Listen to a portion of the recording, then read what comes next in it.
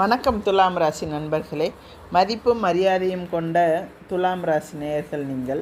உங்கள் ராசிக்கு 9ஆம் இடத்தில் சஞ்சரிக்கும் குரு பகவான் 26/5/2026 அன்று 10ஆம் இடமான தொழில் ஸ்தானத்திற்கு வருகிறார். 10இல் வரும் குருவால் பதவி மாற்றங்கள் உருவாகும், செயல்பாடுகள் இதிலெல்லாம் வெற்றி கிடைக்கும். இருப்பினும் மனபயமும் மற்றவர்கள் என்ன சொல்வார்களோ என்ற கவலையும் அதிகரிக்கும். பணப்புழக்கம் நன்றாகவே இருக்கும். உங்கள் ராசிக்கு 3, 6 ஆகிய இடங்களுக்கு அதிபதியான குரு பகவான் 10ஆம் இடத்தில் உச்சம் பெற்று சஞ்சரிக்கப் போகிறார். 10இல் குரு வந்தால் பதவி மாற்றம் உண்டு என்பது பழமொழி. எனவே இருக்கும் இடத்திலிருந்து இடமாற்றங்களோ தொழில் மாற்றங்களோ ஏற்பட வாய்ப்பு உண்டு. பெற்றோரின் உடல் நலத்தில் கவனம் தேவை. எதையும் திட்டமிட்டு செய்ய முடியாமல் போகலாம். அடிப்படை வசதிகளை பெருக்கிக் கொள்ள அதிக செலவிடும் சூழல் உண்டு. சுபகிரகமான குரு பகவான் தன் பார்வை பலத்தால் எதிர்பாராத நல்ல திருப்பங்களை கொடுக்கப் போகிறார். உங்கள் ராசிக்கு 2, 4, 6 ஆகிய 3 இடங்களையும் குரு பார்க்க போகிறார். 2ஆம் இடம் எனப்படும் குடும்பஸ்தானத்தை குரு பார்ப்பதால் குடும்பத்தில் எதிர்பார்த்த முன்னேற்றம் கிடைக்கும். கொடுக்கல் வாங்கல் திருப்தியாக இருக்கும். முக்கிய புள்ளிகளின் ஒத்துழைப்பால் புதிய முயற்சிகள் வெற்றி பெறும். புதிய வீடு கட்டுவது அல்லது வாங்குவது பற்றிய சிந்தனை ஏற்படும். பணப்புழக்கம் அதிகரிக்கும். அதே நேரம் மனக்குழப்பமும் அதிகமாகும். குருவின் பார்வை 4ஆம் இடத்தில் பதிவதால் சுகஸ்தானம் பலம் பெறுகிறது. உடல் நலம் சீராகி பம்பரமாக சுழன்று பணிபுரியும் வாய்ப்பு கிடைக்கும். நண்பர்கள் நல்ல தகவல்களை தருவார்கள். பிள்ளைகளின் மேற்படிப்பு சம்பந்தமாக எடுத்த முயற்சி இப்போது பலன் தரும். படிப்பிற்கேற்ற வேலை கிடைத்து உதிரி வருமானம் கிடைக்கும்.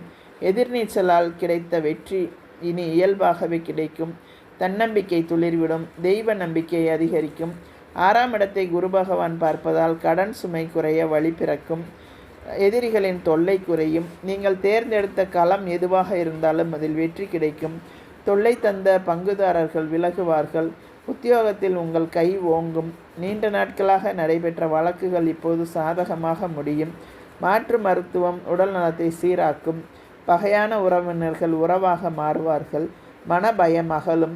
புதிய வேலை வாய்ப்பு கிடைத்து அதன் மூலம் பொருளாதார நிலை உயரும்.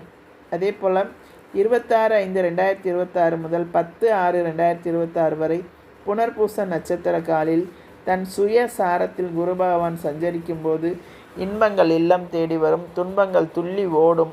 தடைப்பட்ட முயற்சிகள் இனி தானாக நடைபெற்று வெற்றியை தரும். கடை திறப்பு விழா, கட்டிட திறப்பு விழா போன்றவற்றில் கவனம் செலுத்துவீர்கள். உத்தியோகத்தில் மேலதிகாரிகள் கேட்ட சலுகைகளையும் வழங்குவார்கள்.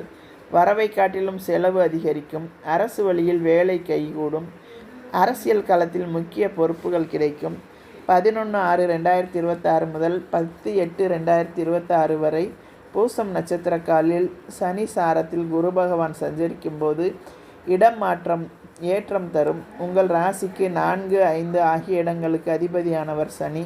சுகஸ்தானம் மற்றும் பூர்வ புண்ணிய ஸ்தானத்திற்கு அதிபதியான அவரது சாரத்தில் குரு வலம் வரும்போது தீர்த்த யாத்திரையும் தெய்வ தரிசனமும் அதிகரிக்கும். மனமாற்றம் மகிழ்ச்சி தரும்.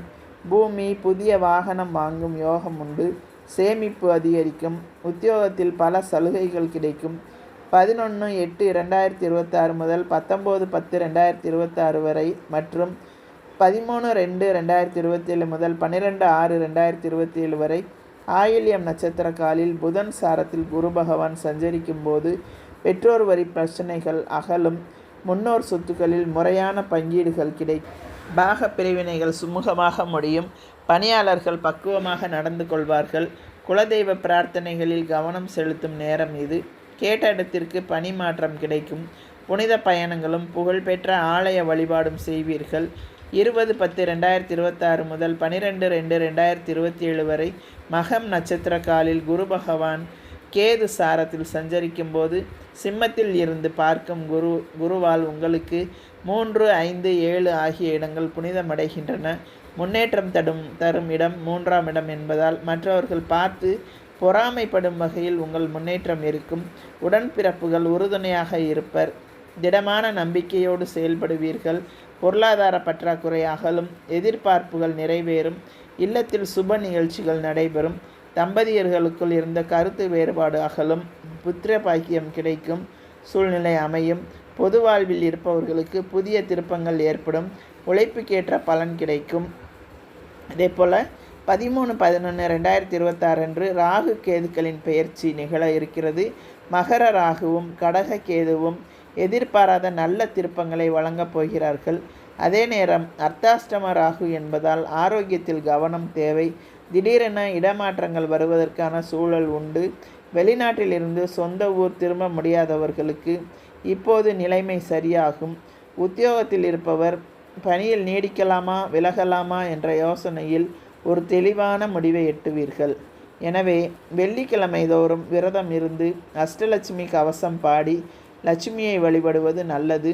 சிறப்பு வழிபாடாக யோகம் பலம் பெற்ற நாளில் தஞ்சாவூர் அருகில் உள்ள தென்கொடி திட்டை சென்று அங்குள்ள ராஜகுருவை வழிபட்டு வந்தால் ராஜயோகம் வந்து சேரும்.